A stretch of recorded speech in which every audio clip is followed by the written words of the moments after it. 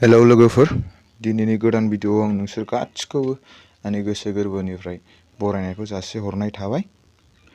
दिनै आं मोननैसो गोदान खौरां लानानै फैनाय जादों। गिबि खौराङानो जाबाय हाग्रामा महिलारिया आसामनि गिबि मन्थ्रिजों लोगो जानायनि सोमोन्दै सावरायलायनाया सैथो।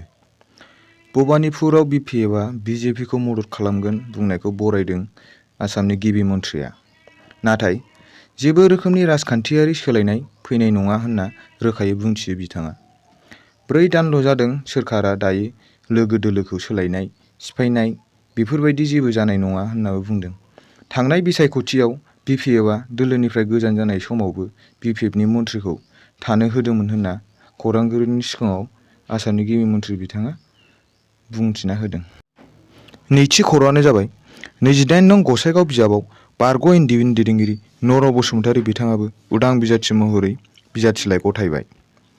बिथां नर' बसुमतारीया फोरमायदों दि बिटिआर गोरोबथानि उनाव दफाफोरखौ मावफुंनायनि थांखिजों गासैबो बारग' इन्दिबिनि सोद्रोमाफोरा UPPL दोलोखौनो मदद होदोंमोन।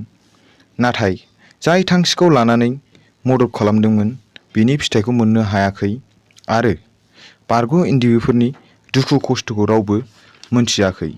जाहोनाव 28 नं गसाइगाव बिधान सभा बिजाबाव उदां बिजाथि महरै गसंनो गोनां जादों होननानै बुंथियो बिथाङा। मख'नो गोनांदि उफ्रा बिधान सभा बिसायख'थिनि थाखाय बिजाथिलाइ गथायनाया थुंगेबाय। थामथि खौराङानो जाबाय गुवाहाटि नोगोरमानि साखाथियाव थानाय लकप्रिय गपिनाथ बरदलै बिरखं गाथोनखौ मैया 8 अक्ट'बर खालारखालि आदानि ग्रुपनो गथायना होनाय जाबाय। मख'नो गोनांदि थांनाय 2018 मायथाइयाव भारत सरकारा गुवाहाटिनि बिरखं गाथोनजों लोगोसे गं 6 बिरखं गाथोनफोरखौ 50 बोसोरनि थाखाय सोरखारि नङि गावफुंथायनो गनायथि होनाय जादोंमोन। बेनि उनाव मैयाहाय 8 अक्ट'बर खालारखालि बे बिरखं गाथोनखौ जौगानाय आरो सामलायनो थाखाय आदानि ग्रुपनो गथायना होनाय जाबाय होननानै फोरमायनाय जादों।